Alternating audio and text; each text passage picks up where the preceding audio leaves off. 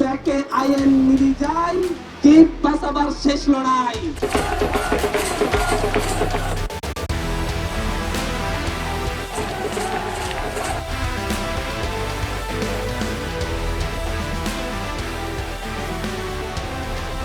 MP, জামাত, NCP, গণ অধিকার এবং অন্য যত দল আছে যারাই হাতিয়াতে বসবাস করে সকলকে বলতেছি ঐক্যবদ্ধ হন, একসাথে মিলে যাই, এই দ্বিপাঠিকে আমরা বাঁচাবো ইনশাআল্লাহ।